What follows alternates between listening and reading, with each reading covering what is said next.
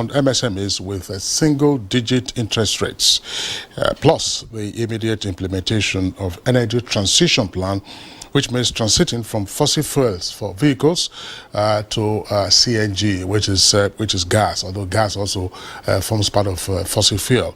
But that's Nigeria's energy plan, that's transition energy plan to transit from petrol and diesel straight on to gas. So those are some of the resolutions that the National Economic Council arrived at last night. So we'll be interrogating these matters and more in our conversation segment on Good Morning Nigeria today. Wet day here in the nation's capital, on which note I welcome you to this edition of the program. I'm Kingsley Osadolo. Well, Nigerians will be anticipating those measures alleviate economic pressures, improve their overall well-being. And of course, as those parameters are fine-tuned, approaches that will lead to the final outcome and the efforts to provide meaningful assistance to Nigerians in need will be expected. And of course, at the end of everything, we expect that there will be a balance between fiscal responsibility and provision of needed assistance to the extreme poor, not just those vulnerable, the extreme poor, and of course those that will be entitled, to receive the palliatives. So we have gathered all those who should know, who have knowledge, and to be here today to discuss implementation of the palliatives at the sub-national level, with the removal of fuel subsidy. Join Kingsley to welcome you to Good Morning Nigeria this Friday, and it's a rainy day. So in the course of our program, we would also be looking at, of course, what the newspapers are saying today. We'll bring you business news, but not before Elizabeth Murray gives us highlights of the morning news. Good morning, Elizabeth. I'm glad to see you here. Good morning, Claire, and I'm glad to see both of you. Thank you so much for joining us on the news segment. President Bola Tinubu has approved the establishment of Infrastructure Support Fund for the 36 states of the Federation as part of measures to cushion the effects of the petrol fuel subsidy removal. The approval was disclosed at the monthly meeting of the Federation Account Allocation Committee in Abuja. The new infrastructure fund is expected to enable the states intervene and invest in critical areas of transportation, including farm-to-market road improvements, agriculture, encompassing livestock and ranching solutions, health with focus on basic health care, education, especially basic education, power and water resources that will improve economic competitiveness, create jobs and deliver economic prosperity for Nigerians. The committee also resolved to save a portion of the monthly distributable proceeds to minimize the impact of the increased revenues occasioned by subsidy removal and exchange rate unification on money supply, as well as inflation and exchange rates. Out of the June 2023 distributable revenue of 1.9 trillion naira, only 907 billion will be distributed among the three tiers of government, while 790 billion naira will be saved and the rest will be used for statutory deductions. These savings will complement efforts of Infrastructure Support Fund and other existing planned fiscal measures, all aimed at ensuring that the subsidy removal translates into tangible improvements in the living standards of Nigerians. In a statement by the Presidential Advisor to the President on Special Duties, Communications and Strategy, Dele Alaki, the committee commends President Tinubu for the bold decision to remove the petrol subsidy and, more importantly, for providing necessary support to states to cushion the effects of subsidy removal on Nigerians. Now, the Federation Account Allocation Committee, FAC, has shared the sum of 907.054 billion naira June 2023 Federation account revenue to the federal government, states and local government councils. This was contained in a communique issued at the end of the Federation Account Allocation Committee meeting for July 2023. The meeting was chaired by the Accountant General of the Federation, Dr. Oluwatoyin Madeng. The total distributable revenue comprises distributable statutory revenue of 301.501 billion naira, distributable value added tax revenue of 273.225 billion naira, electronic money transfer levy revenue of 11.436 billion naira, and exchange difference revenue of 320.892 billion naira. Balance in the access credit account, $473,754.57. The communique stated that gross statutory revenue of 1.153 trillion naira was received for the month of June 2023, higher than the sum of 701.787 billion naira received in the previous month by 451.134 billion naira. According to the communique signed by Bawa Mokwa, Director Press and Public Relations, Office of the Accountant General of the Federation, companies' income tax recorded tremendous increase in the month under review. Imports and excess duties, value-added tax, oil and gas royalties increased significantly, while petroleum profit tax and electronic money transfer levy decreased considerably. The National Economic Council has taken steps to reduce the effects of subsidy removal and floating of the naira. This was made known to newsmen after the council's meeting at the State House on Thursday.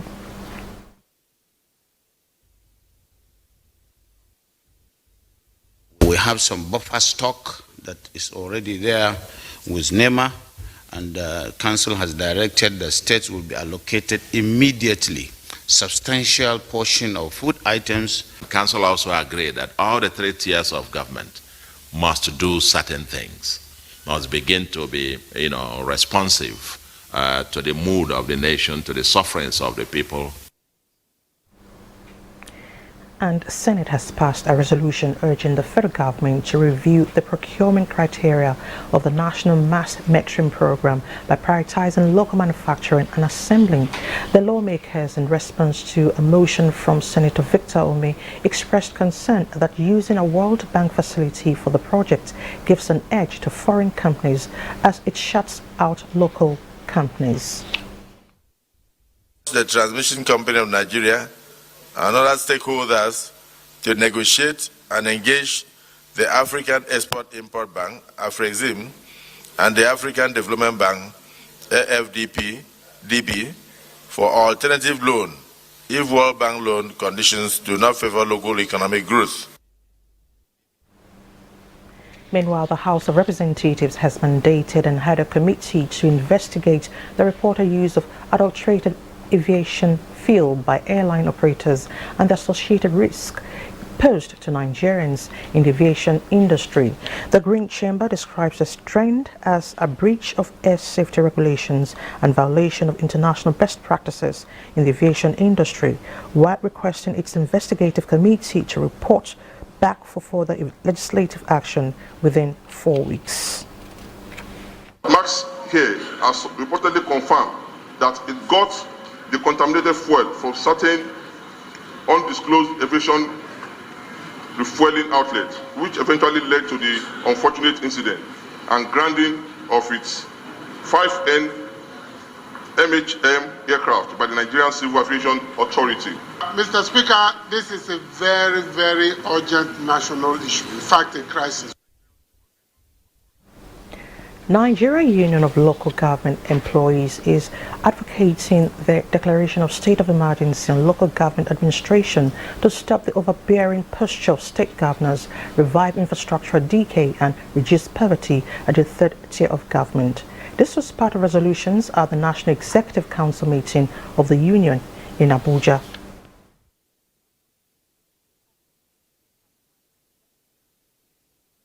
Government should, as a matter of urgency, create a special intervention fund to take care of the aforementioned social welfare and infrastructural gap. 3, that the federal government should establish a special intervention agency through the Ministry of Special Duty to administer this special intervention fund.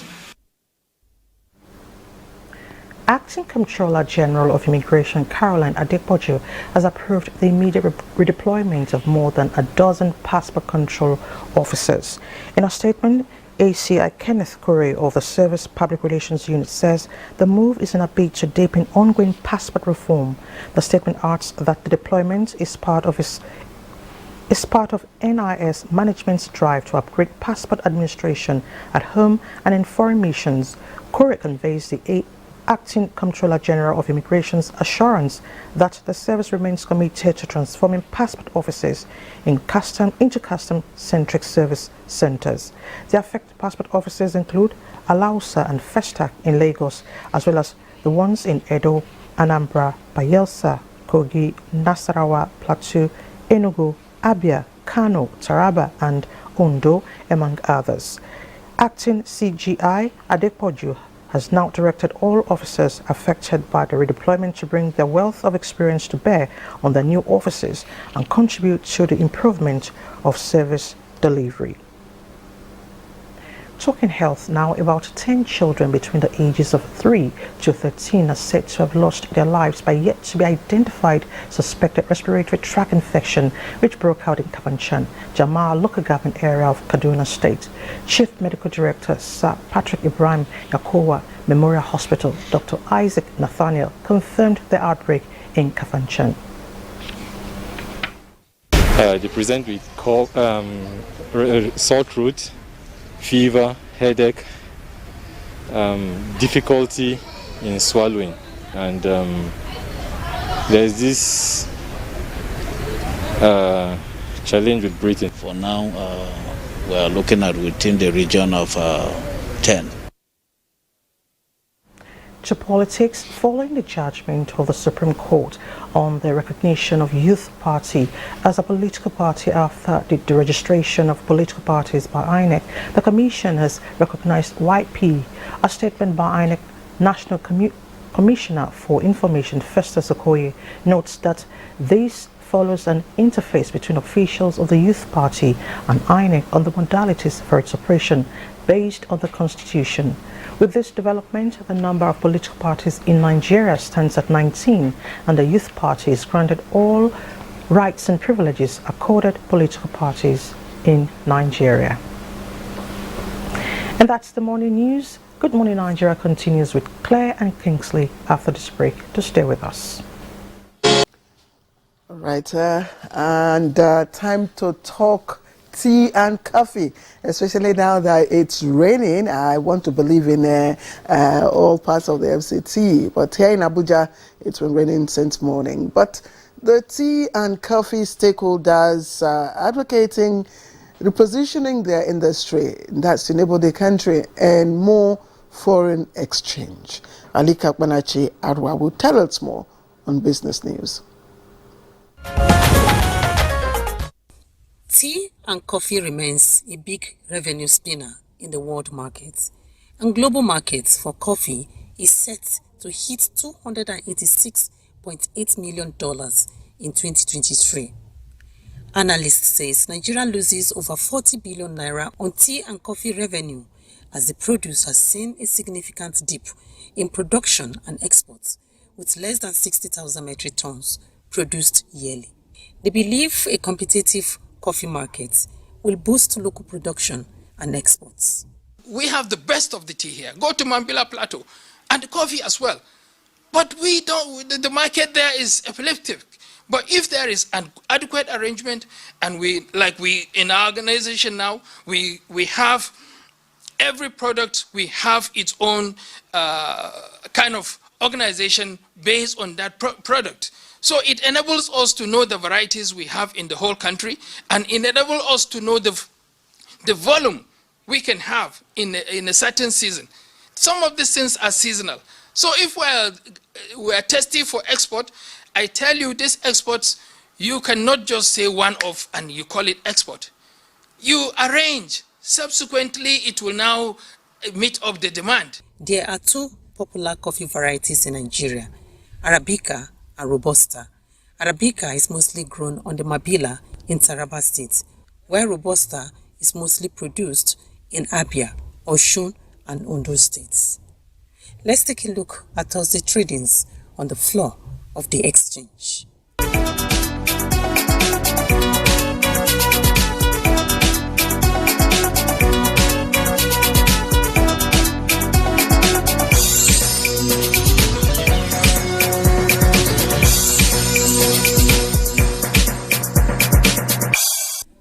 With Business News, Alika Opanachi Arua.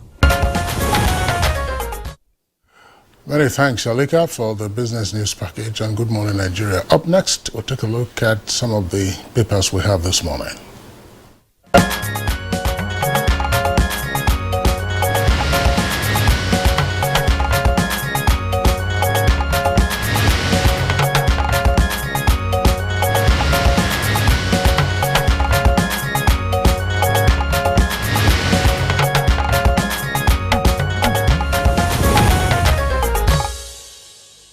Okay, it's always good to welcome Chukwudi Gwaja on Newspaper Review.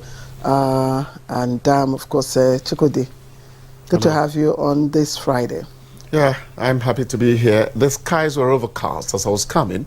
Actually, scattered, evidence of rain here and there. I think it's going to be a wet day. It's not it's going to be. It has been raining here. Kingsley. It's been raining from the city. Yeah, actually, it shares itself. I'm not going to begin to tell you about topographical effect on rainfall. Are you a geologist? Okay, let me start off with the Punch newspaper, and we all know what is trending since yesterday. It's all about the subsidy removal and the palliatives and what government intends to do for the less privileged Nigerians. Now, the Punch is leading with this story: subsidy removal, governors plan cash transfers to poor households, dump Buhari's list. That story, details of it can be found on page 2, and it has 2 riders: states to compile new social registers, governors to spend FAC allocations on scheme, and Tinubu approves infrastructure fund, NEC adopts gas-powered vehicles for states. And you see the picture story of Vice President Kashim Shettima chairing the National Economic Council meeting at the Presidential Council chambers yesterday here in Abuja. And of course, on the other side, you see the governors themselves also in attendance. Now, story is trending at the bottom of the paper. Police hunt for Kanu blacksmith fabricating weapons for criminals. And you read it up on page 23. 3 varsity students arrested for killing Abuja driver, pages 4 and 5. And PSC promotes cop assaulted by Sheun Kuti and over 14,000 others. And details of that on page 8. And atop the masthead, APC crisis, NWC members oppose Ganduje, tip North Central for chair. And military destroys 23 legal refineries, arrests 60 oil thieves. NNPCL UTM to build Nigeria's first floating gas plant. And those details, you can read them up on the inside pages. And I think that's all, Kingsley. Okay, we also have the New Telegraph and leadership. Some of the stories already indicated here. Very quickly from the New Telegraph, on the front page, deregistration, and this is below the nameplate. Deregistration. YP, that's the Youth Party, is 19th registered political party in Nigeria, according to INEC. And NEC, as the Economic Council, censures Buhari's social investment register, says it lacks integrity, urges states to give cash transfers to workers as palliatives, says only 900 billion naira shared by FAC as June allocation. And Senate targets bitumen to diversify economy and catalyze development. Fuel price hike, residents strike, drivers lament low patronage. And federal government opens workshops for vehicle conversion to auto gas. And petroleum product distributors oppose petrol loading fee hike. Details on pages 8 and 30. Stop planned electricity tariff hike. National Assembly tells federal government. And on $155 million World Bank loan, Senate seeks protection for local meter manufacturers. Russia-Ukraine war. Flour millers need 281 billion naira to import wheat into Nigeria. And APC crisis. We are happy Adamu and Omishore resigned. That's according to PGF, that's Progressive Governors Forum. considering Ganduje as national chair unjust and insensitive. That's a claim by Lukman. And how 2026 governorship ambition cost to Mishore his seat. Insecurity, military activates war mode nationwide. And lastly, from the front page of New Telegraph, a short walk daily could reduce depression, according to a study. Details on page 26. And from the leadership says that below his nameplate, National Chairman, crisis brews in APC over choice of Ganduje. Sultan, Clark, Adebajo, others seek better security. National Assembly committees, leadership is saying that intrigues and horse trading as presidency hijacks process. Senators, Reps Sean Akpabio Abbas lobby presidential aid. Lagos senators and reps now power brokers. Senate and House keep mum. We are yet to receive ministerial lists, that's according to the Senate. Abduction of Odinga's bodyguard rattles Kenya's opposition. And NEC, again, this is a restatement, rejects Buhari's social register over integrity concerns. Suspend World Bank loan on mass metering, lawmakers tell TCN and NEC. That is Electricity Regulatory Commission. Chukudi. Thank you, Kingsley. Police Service Commission promotes a cop assaulted by Sheon Kuti, 14,053 others. Look at that headline. You see, you journalists, Police Service Commission has only promoted, a man among 14,054 people. But then we know how to choose our headlines. And that's perhaps one of the reasons somebody also decided to say that NEC dumps Buhari. Then Punch says governors plan cash transfers to poor households, dump Buhari's list. The choice is always that of the editor. We tell you that we have either a positive or critical orientation to crafting our headlines. So it depends on who's thinking, the kind of brainwave the editor is operating. But the most important thing here is reading under NEC dumps Buhari, trashes his National Social Register, questions his integrity. Do they want to tinker with it? Do they want to adjust a few things here and there, away from whatever sensationalism a journalist might have in his head? That does not quite matter. The important thing is that the social investment program is being looked at, and people are saying, hey, it could have been better this way, it could have been, which is completely normal. So let people not get carried away by what word is chosen by the particular editor in mind. We would always choose our headlines. Actually, you read rejects the Buhari's list somewhere to show that it depends on who is talking. Then NEC is promising to distribute 252,000 metric tons of grains across Nigeria. This is wonderful. This is great. Besides that, let us please remember that as we want to help the farmer with extension services, with input and all that, the case of flooding is also one that we must not let escape our minds at all, because that matter is a very big matter. Then next says 10,000 buses will equally be released as part of palliatives. If you remember, Kingsley, we were saying, does it have to be 8,000 naira cash? Aren't there other ways you can help the people grow?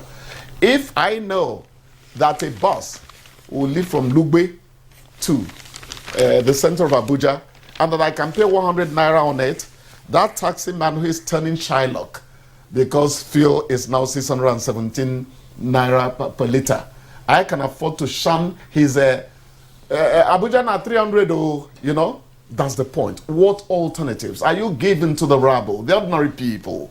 That's the point. The other thing you could do is work on rural roads to help evacuation of produce.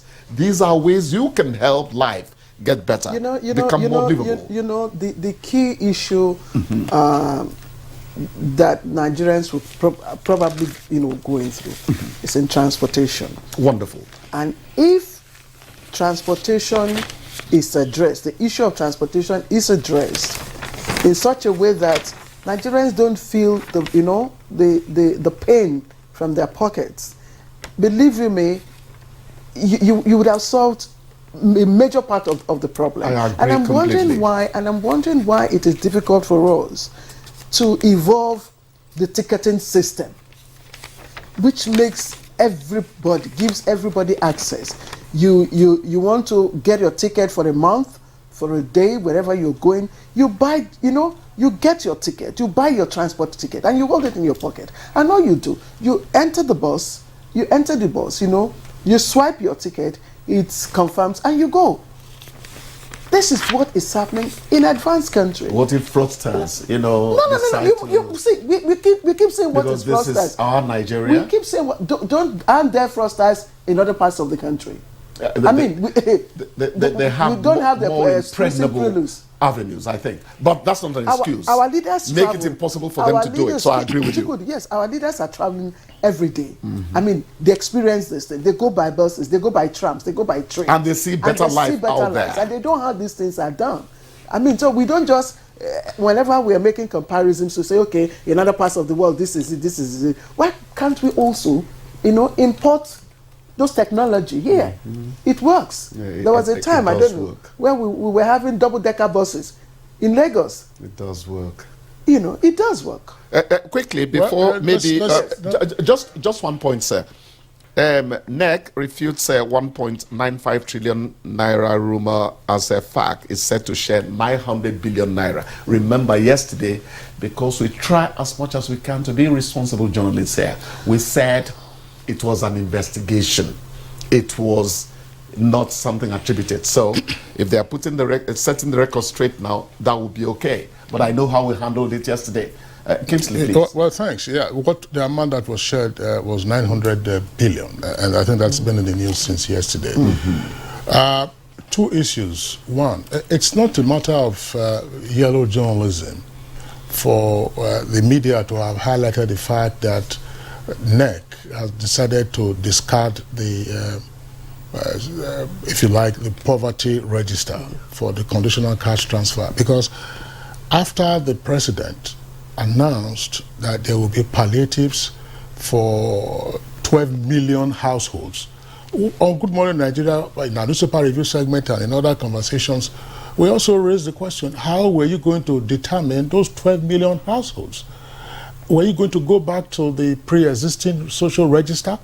And if you were going to go back to the pre-existing social register and you found the same persons or the same households, would that then suggest that you are seeking to entrench poverty? Because these are the same benefits that will be given to the same set of persons. So what are the identifiers for the beneficiaries of the new palliatives? The president has said, look, 8,000, no, that's subject to review. So now the state governments, along of course with other participants at the National Economic Council, have said we will not use that pre-existing register. So states are going to develop their own register. Although initially, it must be said, states were contributory to the compilation of that register, which is being discarded now. That point has to be clarified, because we had a series of conversations on the social investment program over the years during the Buhari administration. So that's for that. In terms of ticketing, well, you also have to look at the ownership structure of the current busing system that we have, current transportation modes, and so on and so forth. You have a number of private operators, and then most of them are Shylocks, a number of them are private individuals, and on and on. So they won't even, the ticket you will get will be for a long distance journey, not when you have a conductor who is hailing for the next bus stop, Onikpa, Palm Grove, Fadeyi, and so on and so forth. You just pay the money and you go. If you are a staff, I don't know whether staff will get benefits now at fair prices, 500 or something, 580 something in Lagos. You know what staff is? If you are if you are dressed in uniform, you have a free ride on buses, on privately owned buses. You have a free ride. So sometimes you have a row breaking out between the conductor, driver, and the uniformed officer when they already have one staff on board. So you cannot take more than one staff. If you have the staff, that's what they call it. They say staff. Some of them were in Mufti, they will also say staff, or you bring out your ID card. So you have a free ride. It's been on in Lagos. So Kingsley has a way of tying me to the past in very pleasant ways. Yes. I remember when I gave them Anthony. Yes. What I want to say is that people like you, they need bus stop. See, going by the posture. Going by the posture that this administration has shown us, there's no doubt that the renewed agenda, is, they want to, follow it up. Yes. And if that be the case, for heaven's sake, if you go to somewhere in Karu, the mass transit buses are all parked there. Close to that hospital. Exactly. I know. And they're not exactly carcasses. They still look in good form. Exactly. The other day I was telling Kingsley, if the government is auctioning vehicles, go and take one. It could be fuel pump that dumped one of them there. Anyway, but see, does this require President Bola Ahmed Tinubu to get those vehicles to be fixed? Does it require? Let's be realistic. Does it require the president? I gave examples some weeks ago on Good Morning Nigeria about the buses that Ogbemudia, as military governor of the Midwest, introduced in the late 60s, and the same ticketing measure, the same machine that you use for ticket. I saw those machines when I was in London until they now started having these electronic cards. You also saw the machines in the US, in New York and California. They will give you at that time we're using coins for those buses. In Benin, you would know where I remember precisely where those bus stops were, for instance, on Apapava. You will start from post office, ask anybody. The next one will be Caro Stores. The next one will be Agbado Market. The next one will be by Edo Sagesa, second Circular Junction. The next one, of course, will be Pobahi. And the elderly women will call him Osain Bovo. Chukwu, do you remember, even in Lagos, he was appreciated. Kefi was a bus terminal. Kefi. You remember? Kefi. Yeah. The ones coming from, Kingsway Road, the one coming from Inner Ikoyi, through Falomo, through Kingsway Road, Aola Road, down to Kefi. Then you go on to to the mainland and all that. It was effective, and we enjoyed it. Precisely. Just before we go, there's a story inside. This is just by the way. It's Jam Saga. Soludo sends Mesoma on a 3-month psychotherapy. We all remember, the story of Mesoma, who had a result issue. Forgery result issue, and this is a psychotherapy, 3-month psychotherapy for her, and then recommended by the state government. That's a good one. It's even if it's just symbolic, it sends a message to young people. It's not that's symbolic. Abnormal. It's not symbolic. I think, even if it is. Yes, it's serious. I just Chukwudi, before we send you off to this package, I just like to mention again, sometimes we keep having these obituaries inevitable. The other day we talked about the passing of Professor Kole Omotosho. The president also already sympathized with the family. Now, yesterday again, we lost one of Nigeria's oldest surviving journalists. He remained a writer, an author, and he was a great fan of Good Morning Nigeria. I'm talking about Chief David Edebiri.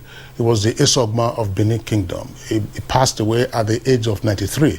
He would have been 94 in September this year. He was, in the course of his career, Chief Information Officer in the old Midwest. He was still writing. And of course, every now and then, he will give a call after watching Good Morning Nigeria to indicate his position or to applaud what we're doing. So Chief David Edebiri, the Esogba of Benin, passed away at the age of 93. May he rest in peace. And thank God he went beyond 310. All right, Chukwudi, thank you. And we'll hope to see you again next week, Monday, by the grace of God. So you have yourself a pleasant weekend. Thank you. And just before we continue our conversation, Nigeria forced Canada to draw in the early hours of this morning. Why don't you say Canada forces Nigeria to a draw, or Canada holds Nigeria? Okay, why would you? Elongating it now. Whichever way. The parrot will not join. I'm not going to be part of this. Let's go for a break.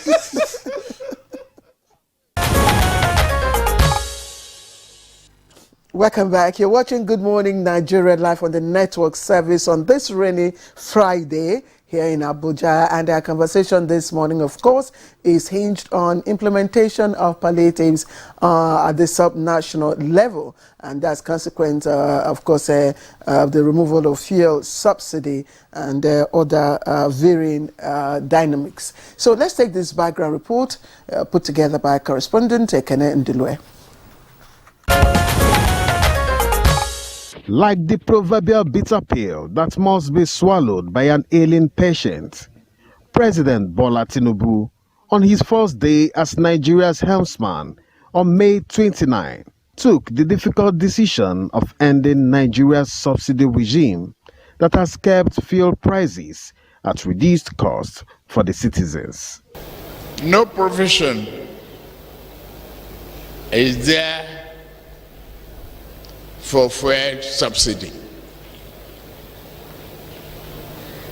The fuel subsidy is gone. Economists believe this is in the best interest of the nation, as Nigeria can no longer afford many developmental projects if the country keeps plunging enormous resources to subsidize petroleum products. With subsidy gone, the inevitable effects have hit hard, with cost of transportation, household commodities, and other essentials hitting the roof. The working population in Nigeria are already finding ways to cope with the rising cost of transportation, with some offices adjusting staff attendance to 3 days a week, while the Academic Staff Union of Colleges of Education announced 2 working days a week for its members. The situation is not lost on the governments of the day, and the federal government has already announced plans to provide palliatives for citizens and tackle issues around food prices. Apparently, no effort at reducing the effects of fuel subsidy removal will be effective without active participation of governments at the sub-national levels. The National Economic Council also met on Thursday with focus on providing succor for citizens at all levels. What is the decision of the Council on palliatives for citizens? What roles should the states and local governments play to ensure that palliatives reach intended citizens? How soon should citizens expect respite from current situation of things? These and more will be the focus of discussion for guests already seated on this episode of Good Morning Nigeria. Many thanks, Ekere Ndulwe, for that background. We have a number of guests who will be discussing this subject matter. But let's begin with our guests here in the Abuja studios. It's a regular on Good Morning Nigeria, Dr. Umar Bindri. He is the immediate past national coordinator of the National Social Investment Program. Dr. Bindri, we're glad to have you this morning. Thank you very much. Good morning, Nigerians. Okay, Dr. Bindri, let's begin, because one of the key issues that arose following the announcement that palliatives were going to be given to the poorest of the poor, 12 million households initially, although a guest on the program yesterday was saying that, oh, that was matter that was flying around in the social media, really, because there was a statement that was issued. The president said, review the 8,000 naira that had been proposed on account of public reactions. So there were concerns to say, look, how were you going to ascertain the households that will be beneficiaries from this? But again, the point came up that, look, we've been through this path before, in the sense that we had a social investment program, but there was a lot of effort that was made, but of course there will be concern if you were returning to the same set of persons as being the most vulnerable, which would mean that you are entrenching poverty. But yesterday, the National Economic Council says, look, we are discarding that register on account of integrity issues, and we're going to have to compile our own. Could you just give our viewers a sense of what it means to compile, put together I'm just using this label and I apologize for it. Let's say a poverty register. Yeah, thank you very much. First of all, I think all Nigerians recognize that poverty is very high in our country, and that is causing a lot of problems. It is the high level of poverty that is causing very high indiscipline, very high energy of young people to react negatively. It has contributed to the intensity of the insurgency. It is young people that are stealing other young people or older people on the roads, kidnapping them, all because of this poverty. And but the poverty is at various layers. There is multi-sectoral poverty. You and I might have one aspect of our life okay, the other aspect not okay, and that qualifies us to be in the multi-sectoral poverty register. But the absolute poverty are the households or people who do not have access to most, if not all, the basic necessities. They're not eating good food. Their housing is not good. They're drinking non-potable water. They don't have access to healthcare, and so on and so forth. So, and this is the level that is actually very, very dangerous for our country. And there are many people in this bracket. So when we come up with a challenge and our leaders demonstrate their zeal and intention to solve that problem, and at this moment is poverty. And we're talking about who should be targeted and how should he be identified and how should he be palliated if that is unacceptable. This targeting process is very, very complex and scientific. I know as a public servant, it's very difficult to go against leadership that says register is not credible and so on. But I can tell you, this social register is not a register only for cash transfer. It is a register that has been generated by over 120 indices. If today, Kingsley, you are looking for households where there are widows, that social register will give you the households. If you are looking for households that have got leper people and blind people in those households, this register will give you. So we have a process called the social register and a mining technique. That means you go to the register with the questions that you want to say. I want houses or households or poor people and vulnerable people that have their representative of their household care, only women. You get what I mean? And then they work on the keyboard and they give you all the households in your state, in your community that have got only women who are the heads of the households. And then you go ahead. So this mining process is what the cash transfer does. That is why in the process of implementing this, NASCO is the institution that generates the register and the cash transfer office. Yeah. NASCO is National Social Safety Net Coordinating Office. It is under the NAS, National Social Safety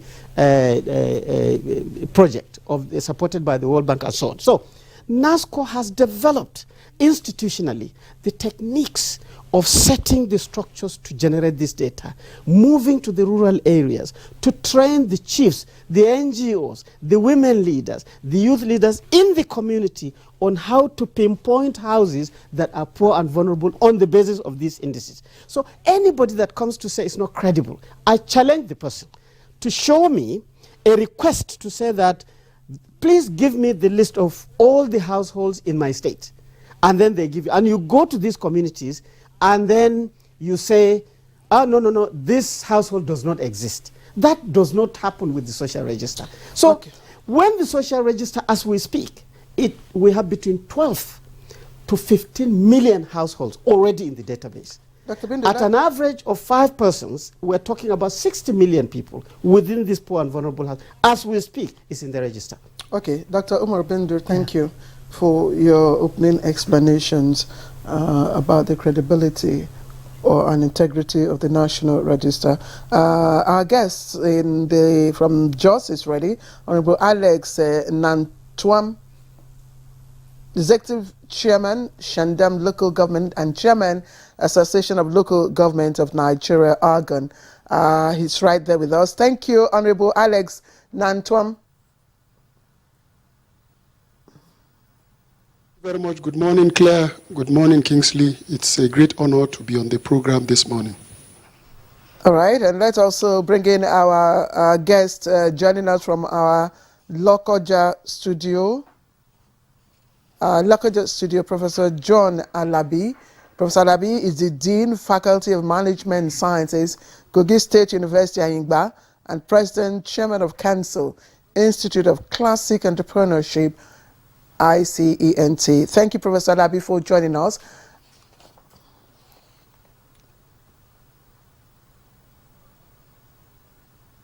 All right, we'll bring them into the conversation as we go on. But let me come back to the studio. Dr. Bindo, again, like you've alluded, one of the key issues raised in this whole palliative matter is the credibility of, the parameter for selecting those eligible. And we've made our points that there is a national register. And indeed, there has been a national register right from, when the conditional, the cash transfer came up and the cash transfer, associated with the MDGs.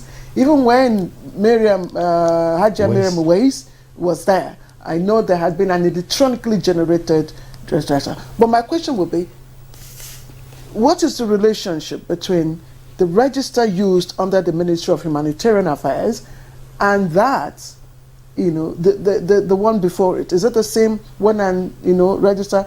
Because the information out in the public is that was generated by the World Bank, was discontinued under the Ministry of Humanitarian Affairs. It's exactly one and the same register. There is no difference. First of all, Nigerians should understand that the National Social Safety Net project was, in quote, a World Bank supported project back in 2015-2016.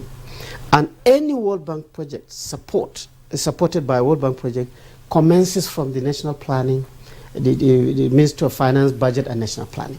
So the Ministry of Humanitarian Affairs was not even there.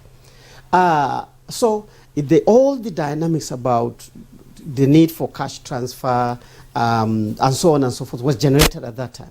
That NAS, with the support of the World Bank, developed structural or institutional system whereby the planning commissions in the states are actually the implementers of the project itself. So all the structures in every state and the FCT, there is the SOCO, the social, the coordinating office of the NASCO in every state, and it's manned by a civil servant in that state. There is no federal... those civil servants, how were they selected? Because we can't say manned by civil servants. The civil servants are not, they're not fraud-proof. Yeah, but I mean, that is the system you have. And then also, competitively, the World Bank says the federal government does not send a federal civil servant to the state. Every state established this office. And then this is the specification of the person that needs to be there. They advertise in the state, within the service, because salary implications. You need to have somebody who is receiving salary. And the person there, the coordinator in the state, is selected, is from that state, and is a civil servant in that state. And is intensely trained. And then that structure is established. The same thing with the cash transfer. Also an office in the state. So the whole process of identifying the households was structured based on a lot of consultations and experiences. And then the social register started. So the registers at the state level, what they call the state social register, is the harmonization of all these registers that gives you the national social register. So there's no register at the federal level. Okay, now, Dr. Bindri, before we bring in the other guests, because this is a very critical matter, as one of the resolutions of the National Economic Council touches on it. Part of the resolution, in paraphrase, reads that each state should plan towards implementing a cash transfer program based on the social register of the state. And at the same time, the National Economic Council, based on the reports that emanated from the meeting, poo-pooed the pre-existing register. So how do you reconcile this? Is it that the states are now going to have to create or generate their own register? How much time is that going to take? And all of these measures, I don't know, just give us your thoughts on all of this. Is it that we are throwing the baby away with the bathwater, or what? I think, excuse me, I think even when I had this last night, I was confused because the state social register already exists. It's generated by the state system, and to generate another one, I don't even understand how it works, because the SOCO office in every state is the state's office. The people who are identifying the households are the chiefs in the villages. They are the women in the villages. There's no register at the federal level. The social register, as I said, is pulling Adamawa register, Abia register, Anambra register, Enugu register, Sokoto register is what creates the national social register. So it's not like federal government has its register and the state government has it's the same register. Now, the identification process is a technical process. It is a very academic sometimes, but it's a technical process. There's intensive sensitization of these communities that this is what we are going to do. There's intensive training of the local community in the local language, in the communities.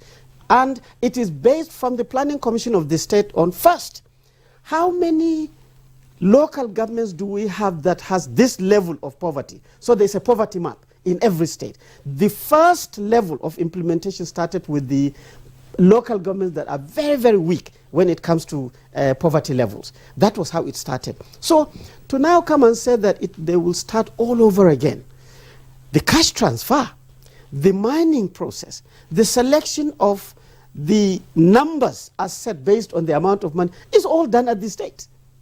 Do you think that this same register is still relevant now for this purpose, given that this is a register generated years back? Some people may have passed.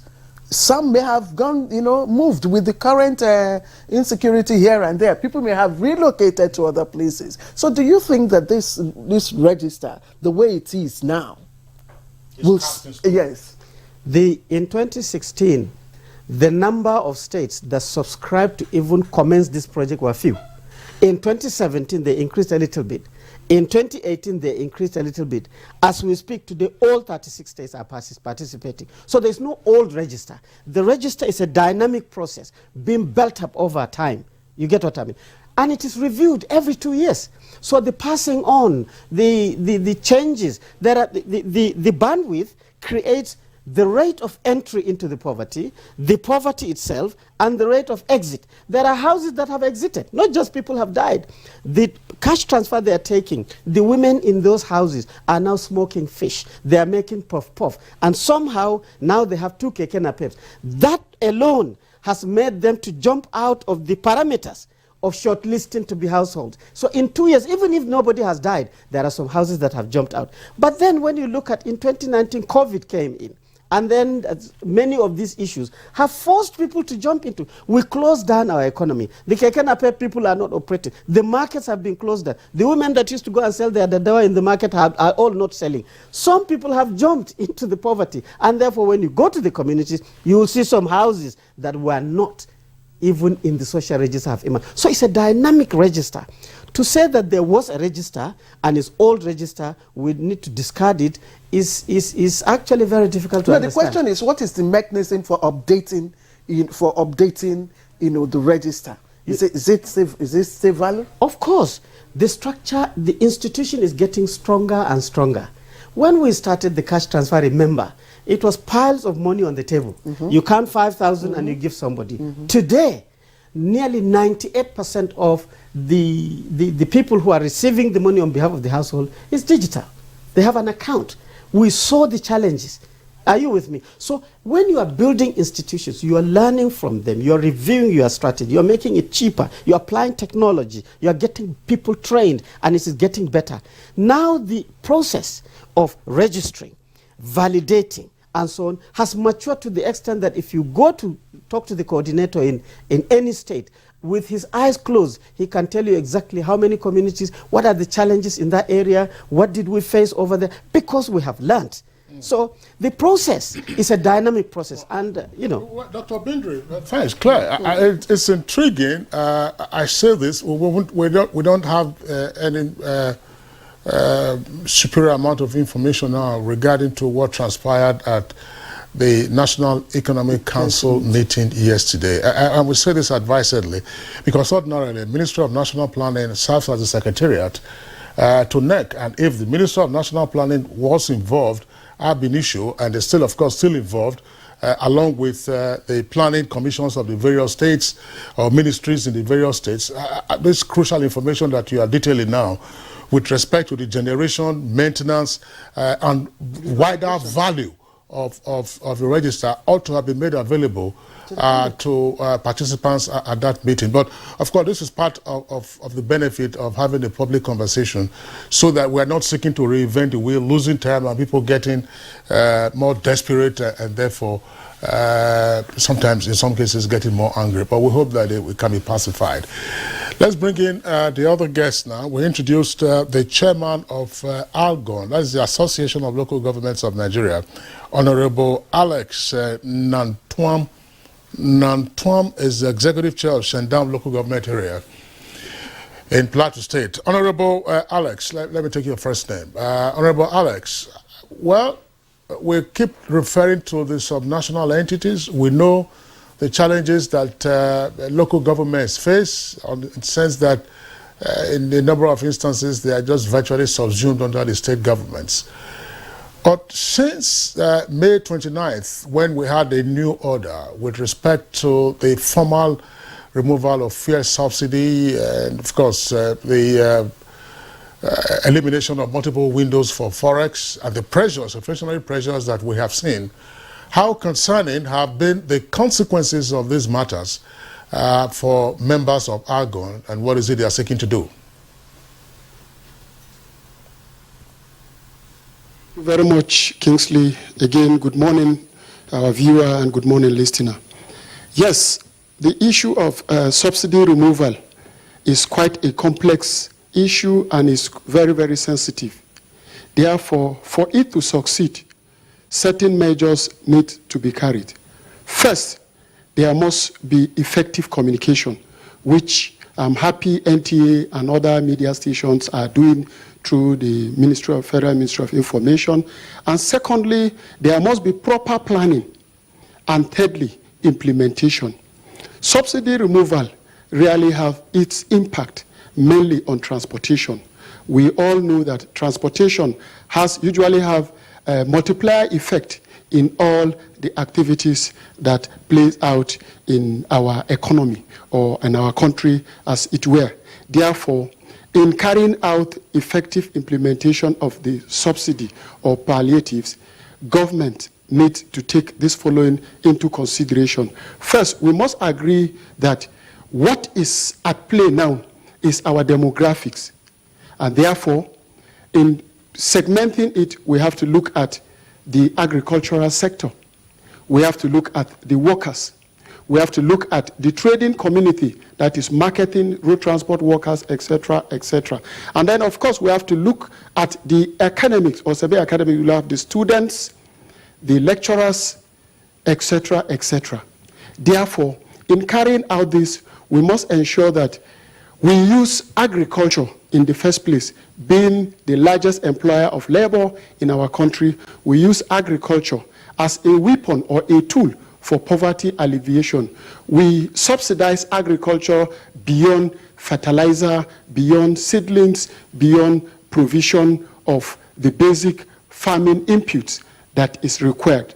But secondly, we must also ensure that our health facilities are catered for. Our primary healthcare facilities are well catered for through the provision of drugs and hospital equipment, etc., etc. And then I'm also happy that we keep talking about this conditional cash transfer, which is very, very key, because we need to carry immediate measures that will help mitigate the impact of this subsidy removal. Therefore, this conditional cash transfer should be upped. Then at the workers' level, I am happy the guest in the studio alluded to the fact that there is the need for us to look at our mass transit system. That must also be considered to reduce the burden, to mitigate the hardship suffered or workers go through in transporting themselves from their homes to their places of work. And then at the students' level, we need to provide some reliefs in form of financial assistance, both to the institutions and to the schools. Then more importantly, to the trading community, which is the marketing associations, where we already have them in their various segments. You have the perishable market association and etc., etc. Once you are able to reach out to those people with some form of palliatives, it will help in mitigating the hardship being suffered by the ordinary Nigerians. However, to really effectively achieve this process, which is very, very key, is to ensure that the selection criteria, that is the eligibility criteria, is done in such a way that it removes or it is free from discrimination of any sort. There shouldn't be bias. It should be transparent enough. And we are happy that the Nigerian nation is structured in such a way that we already have our unit structure, we have the ward structure, we have the local government structure, and to the state structure, and of course, by extension, to the federal. Once these units are carried from those levels, you go to the unit level, identify who are the vulnerable, because the indicators are already there. Who are the most vulnerable within the unit level? You pick up the data there. You move it to the ward level. You move it to the local government level. And of course, by implication, you've already addressed the state and the national level. Yes, Honorable Alex, thank you for your response. And from your designation here, you're the chairman of Association of Local Government of Nigeria, and I'm very glad that you are with us, for this conversation. Not only that, you're also the executive chairman of a local government area in Plateau State. I want to believe that you probably have knowledge of how this national register of the poorest of the poor, was generated. What do you know about it, and what are your concerns?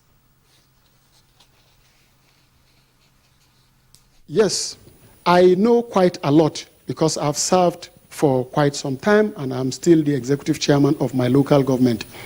Yes, we were part of those who generated or led the process for the generation of this data. When the information came, we took it down to the unit level. We brought it up to the ward level and to the local government level before it was brought to the state and to the national. What I will say here that review is apt at this moment because it is expected that the exercise was meant to graduate our people, that is the poorest of the poor, from their then status to a better status by now.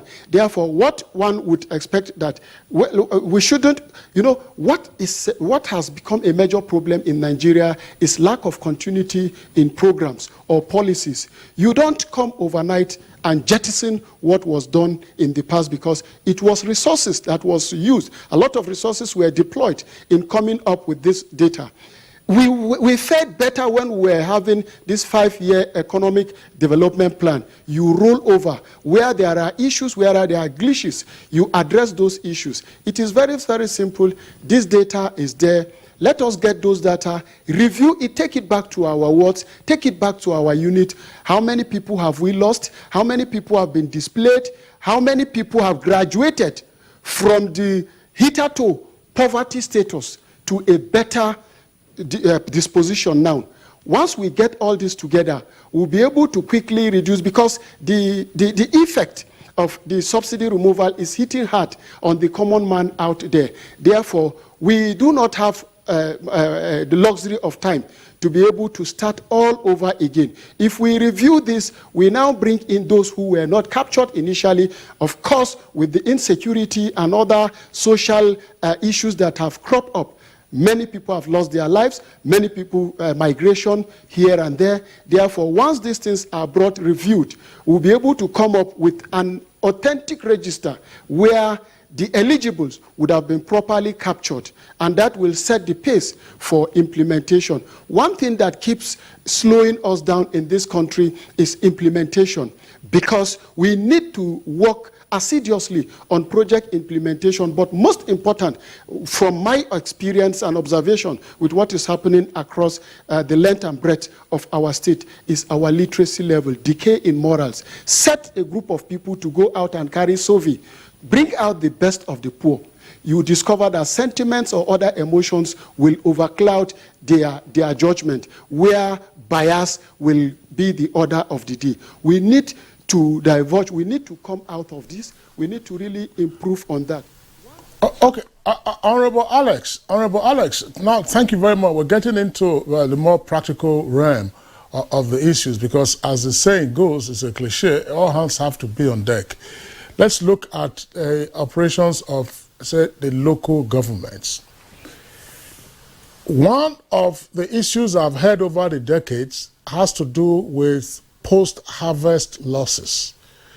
From the farm gate to the table, there's a lot of loss on account of poor transportation, because the rural roads are said to be in a horrible state. We're just having you, and you didn't have a prior notice of this question I'm about to ask you. Namely, for local governments, how many earth-moving machines or equipment do they have? That's to say, look, if we reduce post-harvest losses and therefore we're able to get the produce out of the farms and get them onto the market, you are likely therefore to depress the skyrocketing prices in the meantime. So how many machines do you have? How many tractors, sorry, no, tractors are for tilling. How many, for instance, bulldozers do you have? How many graders do you have? How many steam rollers do you have? In other words, are local governments ready to fix rural roads rather than waiting for state governments? Local governments are ever ready to fix rural roads, and that's what we've been doing over the years. First, we are conscious of the fact that we need to improve on our markets, because markets call forth production.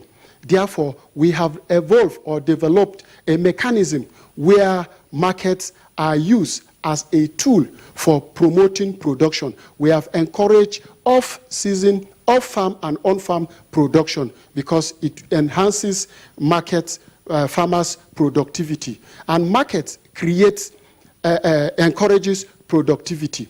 Now, in terms of how markets, farmers having value for their farm produce, we have encouraged ourselves within the 774 local governments in Nigeria, because we meet at the national level to compare, to peer review our progress. We've been able to encourage construction of feeder roads, because accessibility creates development. Accessibility increases value for farm produce. So, according to peculiarities of peculiar councils, we've been able to re-engineer our works department by ensuring that they are able, the trained personnel are able to carry out their activities in terms of road rehabilitation, creation of feeder roads, and also creation of market hub where farm produce markets would have value for their produce. We are working assiduously on that, and quite a number of councils within the state and across the country have acquired quite a number of equipments, machinery that are helping in creating these feeder roads, as it were. Okay, Honorable Alex, thanks a lot. I want to be as polite as I possibly can in the circumstance.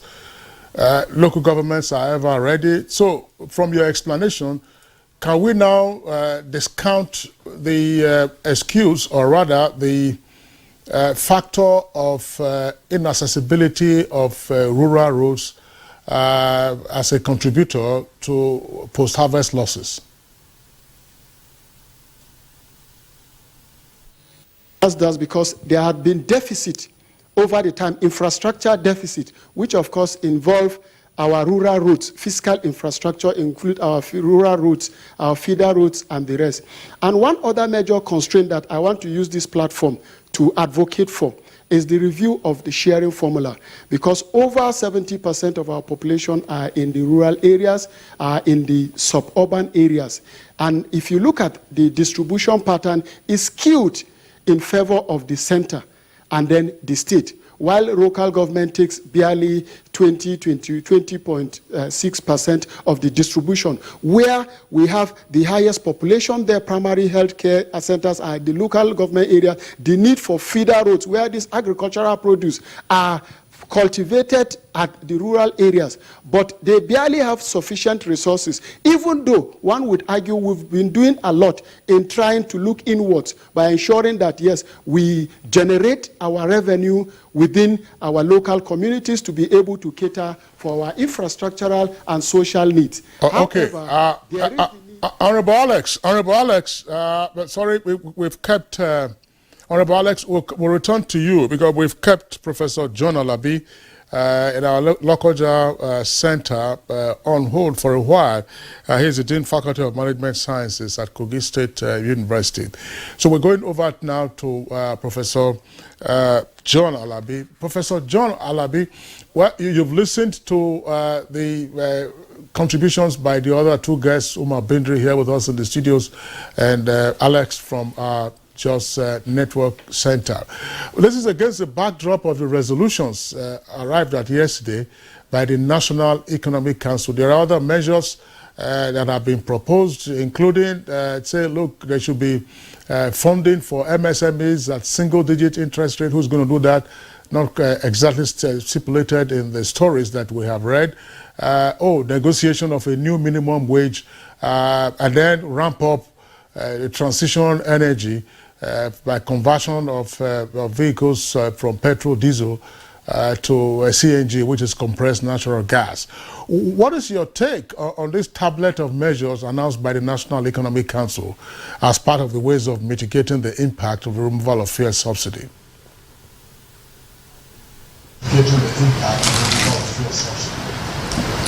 Well, thank you very much for having me. Good morning, Nigeria, once again. I've listened to all the various contributors on the program. Against the backdrop of what you have just said, I want to say that those four-letter words, fuel subsidy is gone, that statement has triggered so many things. We are all aware. Food prices, transportation, the various cost of living that have gone up, and of course, one area that we're not forgotten, and we have to take account of it, is the health risk. A lot of people who are at the premise of having health challenges are already having it now, and that is another area. This palliative may not, in the short run, even cure that. But I want to say precisely that the National Economic Council have realized the enormity and the importance of the palliatives, and those 5 or 6 points measures ruled out are quite good. Good because they're going to have effect that is quick on the people. I want to say, interrogate quickly each of them. For food crisis that we already have, prices that have gone up, they are looking at releasing buffer stock to have the effect of bringing down food prices. They want to look at the fertilizer distribution, which is the input that's essential, and other inputs for farmers, and other measures that have to be taken in conjunction with the state. I appreciate that the national is now looking at the subnational level, and that is the key thing we are looking at the national level. The issue that had to do with food prices, the critical issue on ground, I must say, is to ensure that that process itself is not politicized, and that the states and the local government have capacity, as it were, to do the needful. One critical issue or measure is the issue of cash transfer. Dr. Bindri has spoken so eloquently about that, and I want to agree with him to a very large extent. Also, the National Economic Council has also spoken to that extent on the issue of integrity. I want to say here, I'm very emphatic too, that the process of developing cash register is not a tea party. It is academic, it is practical, it is inclusive. I speak from the background of the fact that I've worked with the United Nations on poverty reduction in many states. I've helped as a consultant to develop poverty map and to see how we can mitigate the issue of poverty. Again, I've developed social protection programs for states. And I realized along the line that the World Bank came in and had a robust training for states. And all the states bring in their capable hands, as it were. He alluded to the fact that we have state coordinators. I want to say that, yes, the process involves sensitization, all-inclusiveness, civil society organization, women group, NGOs, local government were all involved in bringing out the register, which is a state register, or to identify the poverty people, the poor people. Let me say this, that even that social protection program I have is not just for the poor, but to identify the vulnerables. It is important to realize that the exercise was very, very detailed. It was credible to an extent. Yes, on the other flip side, the concern raised by the state governors, National Economic Council, is also genuine. Why is it genuine? As a participant observer in the process, I realized that the influence of some state government in the compilation of the register. I want to say that there's political interference in some cases. If I identify 8 communities, 8 local governments to be the poorest that want to intervene, oh, there is this political balancing that we have 3 senatorial districts.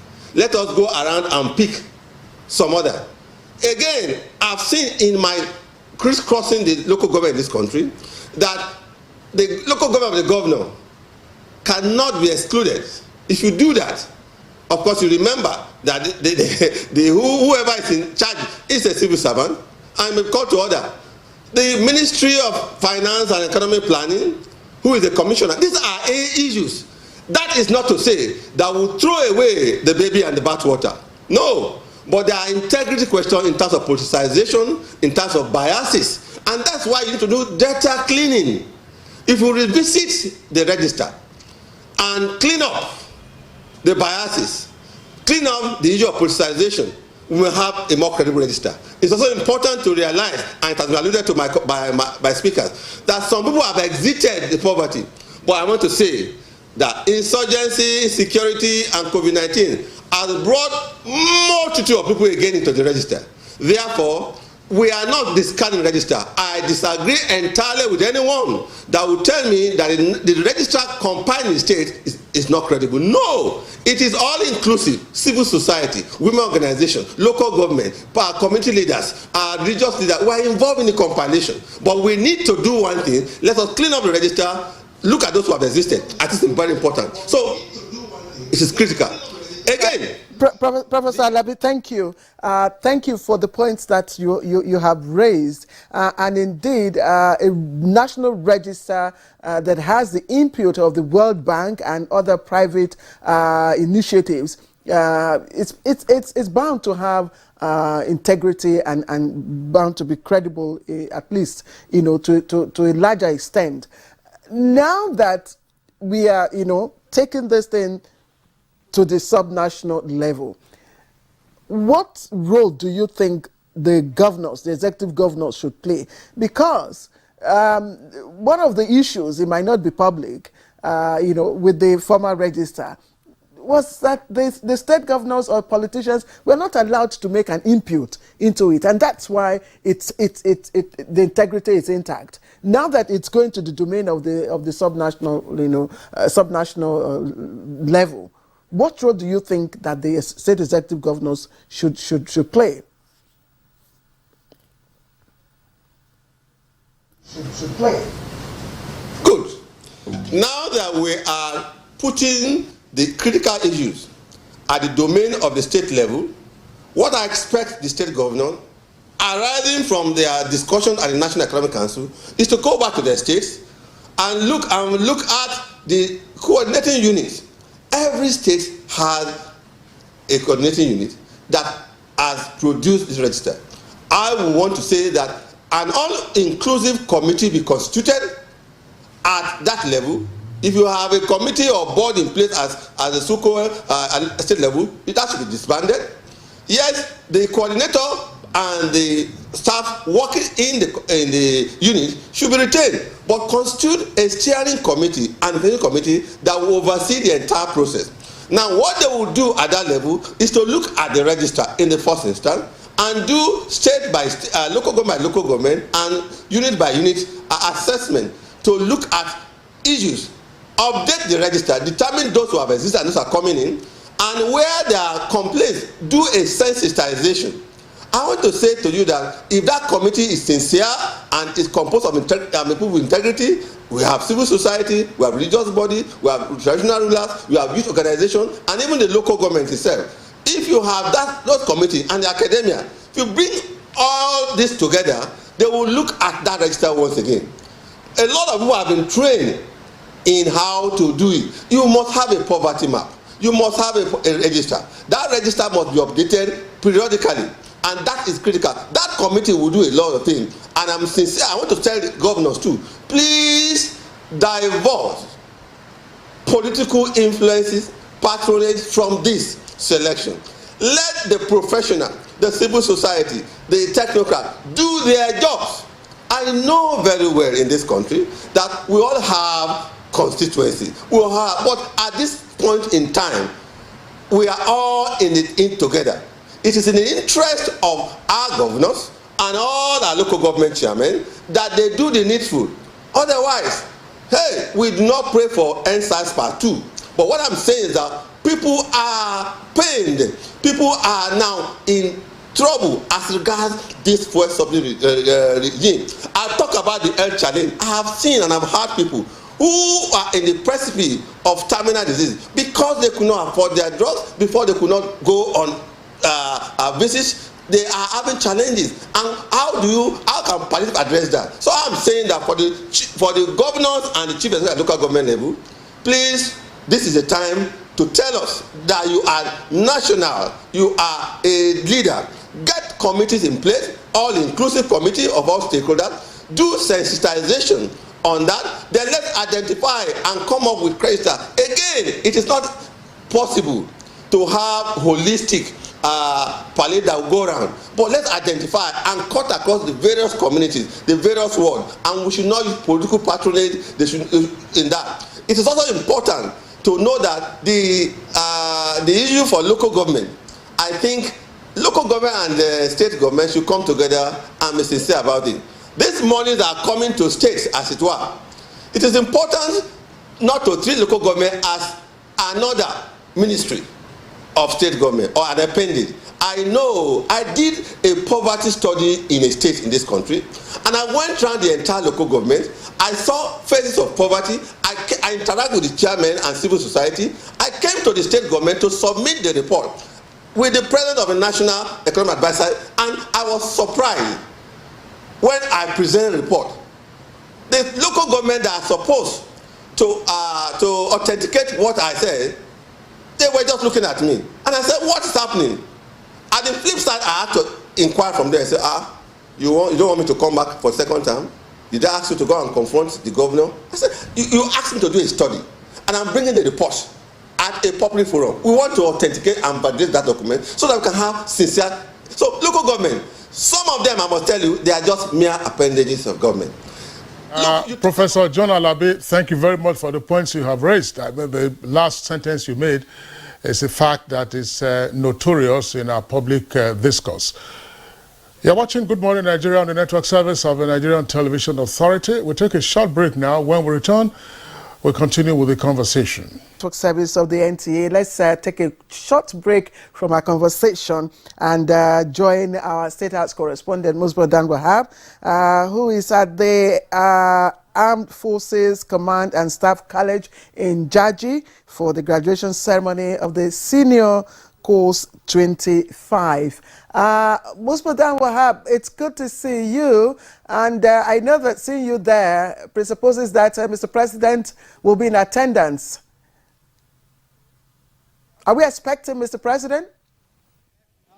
This is is the Armed Forces Command and Staff College, Nigeria, in Jaji, here in Kaduna State. And the atmosphere here is so special today because a number of people are going to graduate.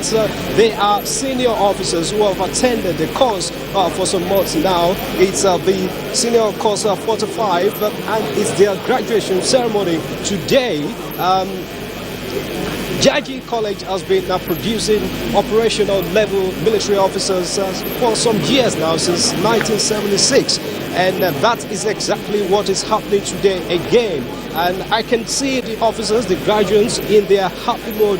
They are ready here to participate in this graduation ceremony. And we also are expecting the President of the Federal Republic of Nigeria, President Bola Ahmed Tinubu, to be part of this for the first time since he was inaugurated as the President of the Federal Republic of Nigeria. Yes, the PRO of this college is not on ground yet, and the Commandant too is a bit busy to receive the President. But I have one of my colleagues, Suleiman Abdullahi Rigashikun, who has been following events here for some time, for years now, to tell us about this. This is going to be another special event for these graduates here. Yes. What would you say is so special about today's event? All right, yes. Actually, what is so special about today's event is first the coming of Mr. President to come and witness the graduation of these middle cadre officers. Last month or two, there was a graduation ceremony like this, but for the junior officers. That was the 95th graduation ceremony in the college, and this is the 45th graduation ceremony of senior officers. Of course, this is a tri-service military institution of the Army, the Air Force, and also the Navy. But this particular training of senior officers and also the junior officers, it also comprises that of other services. Personnel of other services who are at the middle cadre are also trained. That is the operational cadre. Are you talking about the paramilitary guys? The paramilitary, and also even some agencies of government who are stakeholders in the security architecture of the country.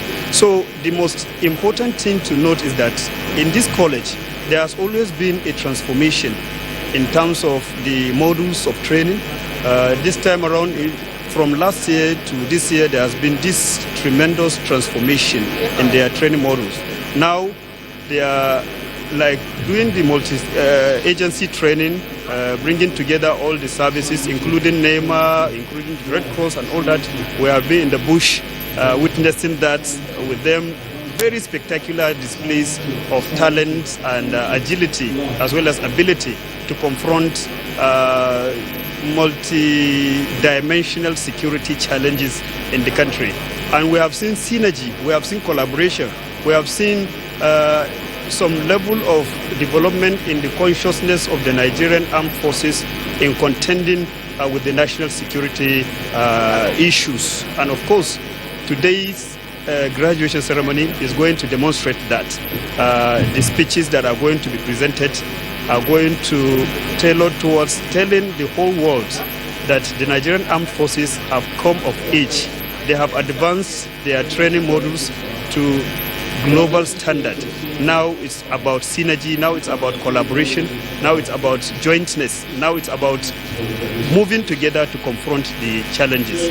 And that has been demonstrated in the one-year training they have undergone. Right, indeed, that is exactly what Nigerians will be expecting to see, the benefit of this training. Now, of course, graduates have been coming out of this institution, this joint service institution for years. So what Nigerians are actually expecting is to see the effect, the benefits on the services they render, talking about the Nigerian Army, Navy, and of course Air Force. And so that's exactly is the benefit that Nigerians are expecting. And by the way, Suleiman Abdullahi Rigachukun is expected to be given an honorary certificate because he has been following this event for years. And of course, is on top of the situation. That is it for now. I will keep you abreast. Any moment from now, the event will start, and the president is expected to be here around 11 o'clock this morning. So as soon as he comes in, we'll keep you informed. Thank you so much, Claire. All right, our correspondent Musbah Don Wahab at the Command and Staff College, Jaji, in Kaduna State, would like to thank you. Just to find out, in updating your subsequent reports, in the past, foreign nationals used to attend the Command and Staff College. Is that still the case?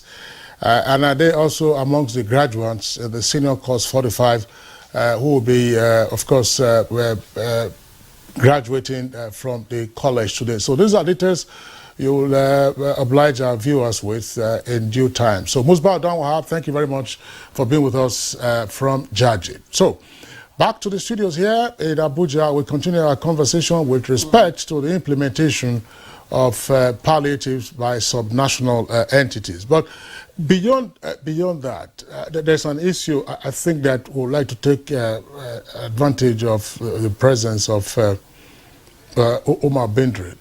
There is something that, again, well, when policy measures are announced, the details will be fleshed out subsequently. You were former secretary to Adamawa State government. Now, I've heard this said that release fertilizer to farmers and then release grains to the citizens. Now, NEMA has been told to release grains.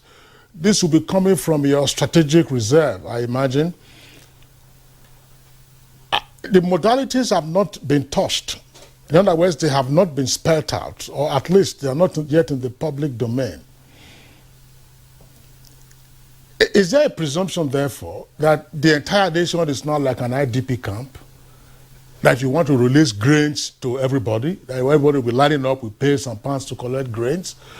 Or, as some persons would argue, why don't you use the marketing channels to release your buffer stock so you depress the skyrocketing prices, and then you also find a way, articulation, because as you are taking from your reserves, of course, the silos are going down. So you replenish. You never can tell what adverse conditions, weather or otherwise, might occur a year or two from now. How are you viewing this? Is it that, because once you hear NEMA, that's Emergency Management Agency, the poorest of the poor, of course, will also line up, and then there will be all kinds of challenges.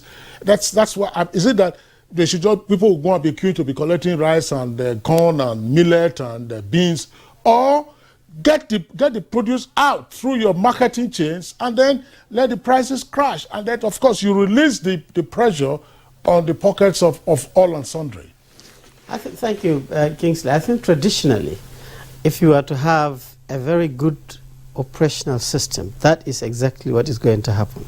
You have in the middle the reserve, you have a refill of the reserve, you have the exit of the old stock to people, and then you do your own targeting and distribution. This logistic process, I think we are struggling with it. We are struggling with implementing this kind of development-oriented or social-oriented logistical stuff. So, to me, the meeting of the Economic Council, chaired by His Excellency the Vice President, has continued, and it's good that to see that they are coming up with points that will address this issue. But for me, I would have advised that His Excellency the Vice President should call for more extraordinary Economic Council meetings. The next one should be, first, all the state governments should mop up all the palliative-oriented, poverty alleviation-oriented activities of their state. We used, as SSG of Adamawa, we used to have a meeting with the secretary to the government and all the secretaries of the government on specific things, so that you bring all the materials and you discuss it and you prepare the papers for the governors. So when now you see in Adamawa State, what is the poverty alleviation program? In Kogi State, what is the poverty alleviation program? In Lagos State, what is the poverty? You harness all that to make sure that you have a very well coordinated strategy to ensure that there's an immediate shock treatment to this oil subsidy. Now, secondly, I now understand why people are talking about the social register. You see, immediately the fuel subsidy was removed, Labour came up and said that their members are suffering. This social register does not have workers in it. Zero workers, because we're talking about the poor. Formal workers that are receiving salaries are not as vulnerable as people think as far as the register is concerned. So reviewing, but we have experience. When COVID hit, and then the Kekenape people who are hitherto not part of the register were hit, and then they stopped their Keke and they became poor, we produced another register called the Rapid Response Register. But it is very urban in nature, because the urban areas is where people are moving up and down. So we developed that register. We did a 6-month shock treatment, but still on 5,000 naira. You get what I'm... So there has to be another register of this labor kind of thing to make sure that the labor is targeted. You cannot use the social register now and target labor. Probably that is what the governors are talking. Maybe Labour too is listening to us. Maybe that could be a problem. Thank you, Dr. Binder, because that was going to be my next question to you. And because somebody, one of the well-respected writers with the Tribune, wrote something that caught my attention, and I'd been wanting to ask it. In fact, I want to quote, his writing. He says, "We see poverty walking our streets in three-piece suits. We cannot differentiate between the poor of the poor and the poorest of the poor. Now, we only know the rich and the overrich and blah, blah, blah." So I was going to ask you, if the same indices used for the national register in determining, the poorest of the poor, or who, ought to belong to the register, was still valid now. Because when COVID came, you said so, it enlarged, the scope. Now subsidy has come. It has further enlarged the scope. Urban issue, we know that subsidy has gone. Subsidy has gone. Not has come. Subsidy has gone. Has enlarged the scope. Urban issue, we're told that 133 million Nigerians were multidimensionally poor. By now, I'm sure you know what should happen. All of us. Yeah. So, are those indices still valid? Yes. You see, the one thing that people should understand about the National Social Register is to try as much as possible at the subnational level to socialize it. Make people understand that there is a database of people as we speak who are poor. Anybody who is coming as palliative, if I go to my village now and I want to dig a borehole in a community, that social register will be useful to me. I'll go there and say, I am concentrating on my community, or don't bother me about other local governments. Let me see and then they will say, blah, blah, blah. And I say, if I put the borehole in between this, I will cover more houses. That will direct me. That socialization, we are yet to commence it. We started with ministers, but we're supposed to go down to the local government to make sure that if Claire wants to target 20 women with 10,000 naira credit, that social register will help you, instead of you running around and wasting your time. So social register, the indices are good, the data is there, is good, but the emerging issues will require further expansion to ensure inclusivity of the people who suffer from that. Remember, this National Social Register is a household base, it's not individuals. Rapid Response Register of COVID was individual. Are you with me? Now, maybe the palliative yes, what should this be? Exactly. This now, if Labour is saying that their members should be included in the cash transfer, I believe that it could be individual. Should their members be included, from your perspective? Well, you see, I think what you said earlier on becomes reasonable. If you are providing buses, with a very marginal fees to take workers from Karu to the Secretariat, from Airport Road or Mile 12 in Lagos and all the state capitals, that will help Labour. But that is not cash transfer. Are you with me? It's another subsidy. It's another form of palliative. And another subsidy, literally, because you are lowering so fuel subsidy might disappear, but social subsidy possibly might be introduced in a different way. Well, Dr. Bindri, thanks. Obviously, this is a conversation we're going to be having for some time, because we are all in search of measures that will help mitigate the harshness, so that we can tide over the immediate aftermath of the removal of fuel subsidy. And once the system stabilizes, of course, people will get going.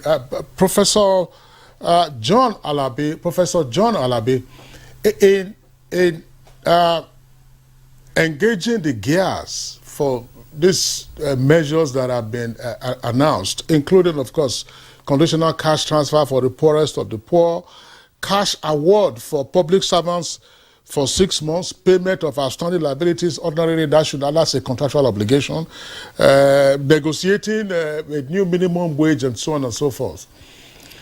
Should we also try to pinch ourselves and warn that you throw cash around, where the cash goes up in smoke, you are back again to the same problem? Because ordinarily, some persons would say, look, this is an opportunity. Where is our production base? Where are the auto manufacturers, the bus manufacturers, Leyland, I don't know whether NAMCO is on, if Innoson is there, and others. Even those that are producing cars, for instance, can they be retrofitted to produce mass urban transit vehicles, and you take this money to them? Instead of just, you pay people money, you pay me money now, I will go and look for an imported product to go and buy. You pay Claire money, she will go and buy a imported product, and so on and so forth. Should we pinch ourselves and say, yes, even though things are harsh now, we shouldn't just throw money at problems that at the end of the day probably just go down the drain? Prof.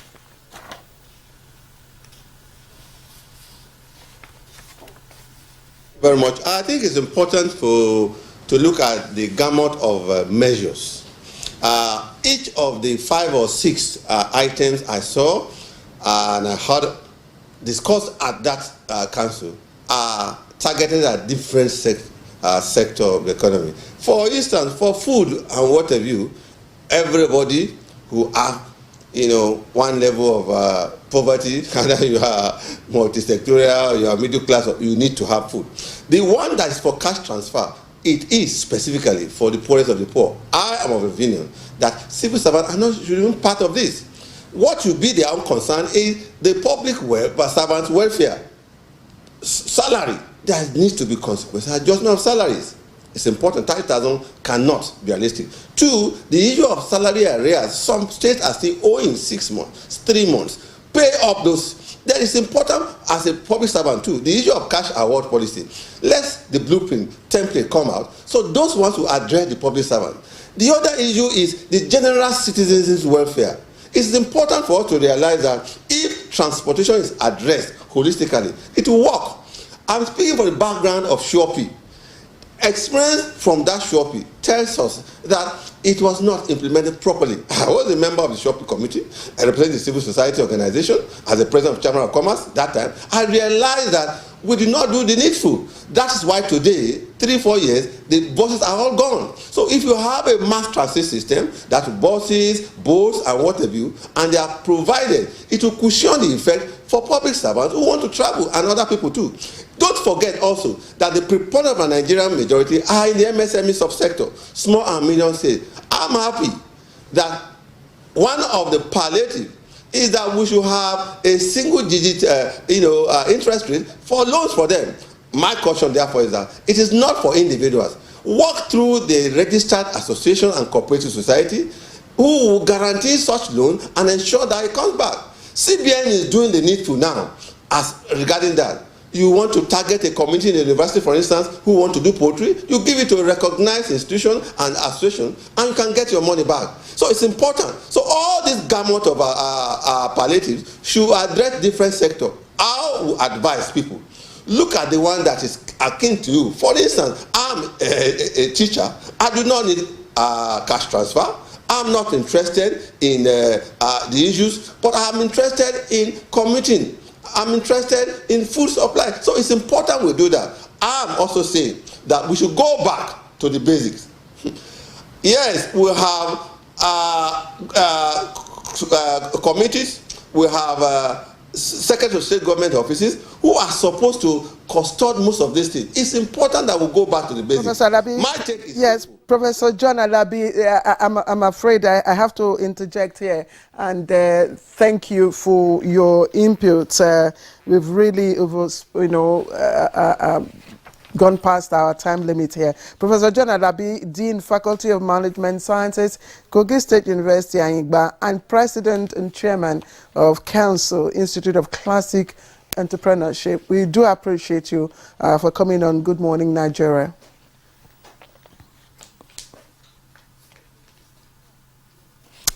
And let me also appreciate Honorable Alex Nantwam, Executive Chairman, Shandam Local Government, and Chairman, Association of Local Government of Nigeria, Argon.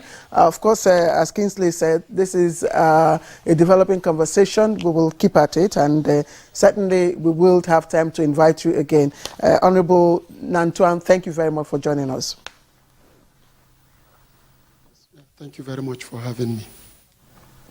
And Dr. Umaru Binder, always a pleasure to have you, immediate past National Coordinator of National Social Investment Program. Dr. Binder, thank you very much. Thank you very much. So that's it for us on Good Morning Nigeria today. We hope you enjoyed the conversation and indeed other aspects of the program. Join us on Monday, same time, 7 o'clock in the morning. Enjoy your weekend, but look after yourselves. I'm Kingsley Osadolo. Indeed, enjoy your weekend, but don't forget to also be our partner in our fight against rape and rapists. I am Claire Adelabu Abdurrazak from all the GMN crew. Have a pleasant weekend and God bless Nigeria.